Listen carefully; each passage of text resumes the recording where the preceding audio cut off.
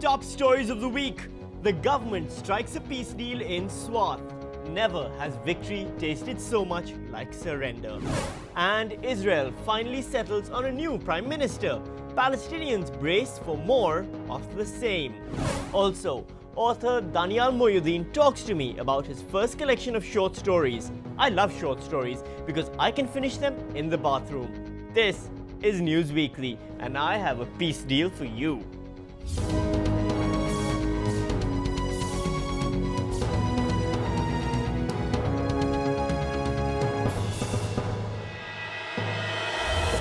Hello and indeed welcome to episode 17 of News Weekly for the week ending Monday, the 23rd of February 2009.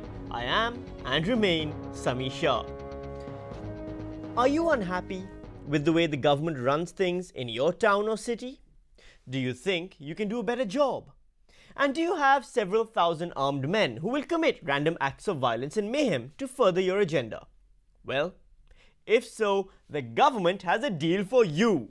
Or at least that's what seems to be happening in the once scenic Valley of Swat.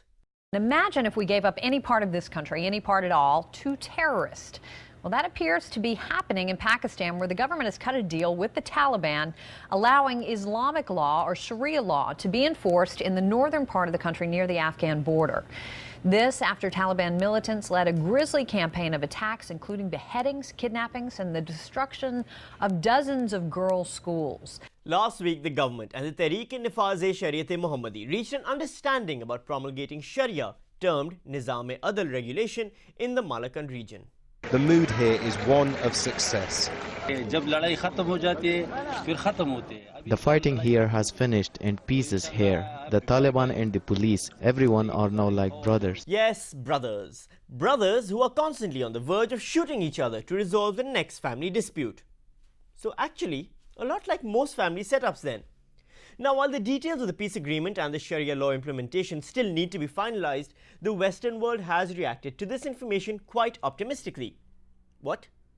Oh, sorry, I meant to say pessimistically. Stupid teleprompter.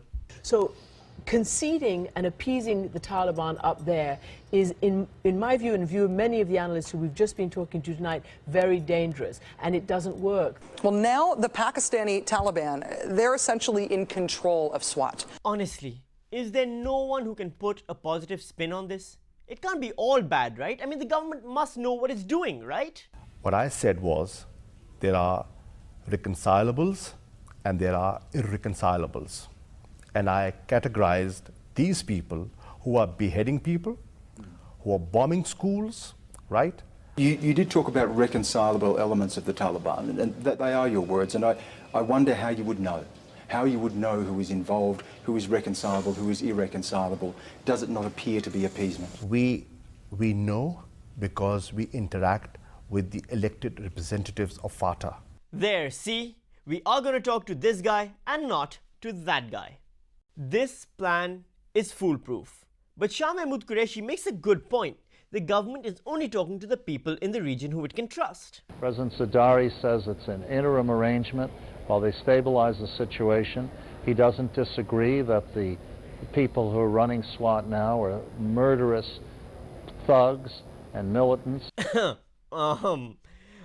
If any members of the Tehreek-e-Nafaz-e-Shariat-e-Mohammadi are watching, when the president calls you thugs and murderers, it's really a compliment. He means it in a nice way. Now, at least the Maulana Sufi Muhammad himself, chief of the TNSM, is optimistic about the peace deal and the effects it could have. He's hoping the peace deal and the Sharia government that will follow will let him convince the Taliban to lay down their weapons and bring peace to the valley. He's thinking long-term here. President Zardari says it's an interim arrangement. Why do I feel like I know how the story is going to end, even though it just began? America isn't the only one worried about the peace deal, though. India has its own concerns, as always. So why should India care? Well, take a look at this map on your screens. This is the Taliban territory from Swat to South Waziristan. Geographically, it's very close to India, just about 500 kilometers from Amritsar. Then there's, of course, the Kashmir factor. Infiltration could go up largely along these routes. Muzaffarabad into Kupwara, Muzaffarabad to Baramulla, Ruri, Kotli to Mendhar, and from there either to Rajouri or Poonch. So you hang a left at Amritsar, from there go 300 miles straight down until you hit a T-junction at Agra, make a U-turn at Delhi, and from there follow the service lane into Mumbai. Got it, thanks. While it's safe to say that countries involved in the war on terror have some legitimate concerns here, the panic-mongering and speculation is a tad overboard. Just so you know, SWAT is only about 100 miles from, what's this? Oh yeah, that's the capital of Pakistan. That's Islamabad. And we all know what comes next, right? Say it with me now, all together now. And maybe this is a bad time to mention that Pakistan has nuclear weapons. Can someone please tell them we don't leave our nukes just lying around? It's a little bit more complicated than that.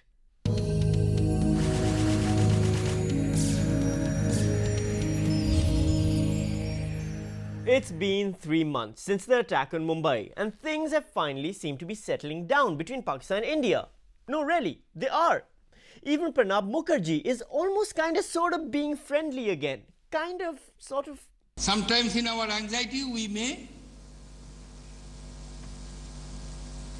try to react instantly. We were advised,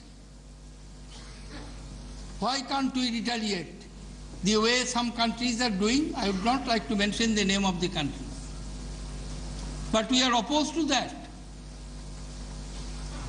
Under no circumstances, there is a saying that if we are in difficulty, if we are in short of food, that does not mean that we shall have to start eating lizard.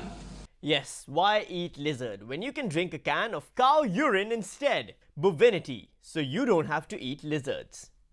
Things are calming down on the Pakistani side as well.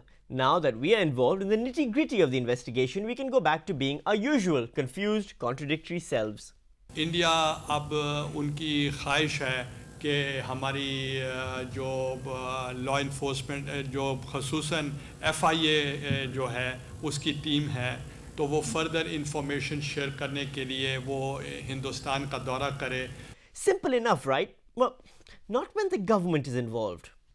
Foreign office से हमने clarify किया है कि ऐसी कोई demand नहीं आई है कि हम हमने रुजू नहीं किया. Okay, not a problem. Let's let the Foreign Office clear this up for us.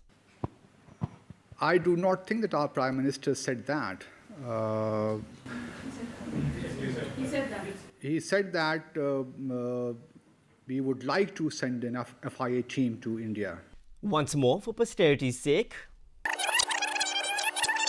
India अब उनकी ख्वाहिश है कि हमारी जो लॉ इन्फोर्समेंट जो खसूसन FIA जो है उसकी टीम है तो वो फर्दर इंफॉर्मेशन शेयर करने के लिए वो हिंदुस्तान का दौरा करे. It's like the entire government is one big improvisational performance. Oh, and just in case you have any other questions for the Foreign Office, here's what a briefing looks like these days. I'm not aware of any such team. I really have nothing to say at this stage. I'm not aware of any such thing. And I have really no comment to make. So I think it is better not to speculate or comment on these issues at this stage. No comment on that. Not to my knowledge. I do not think that our Prime Minister said that. He said that. So I have nothing really to add to that except this. Yeah.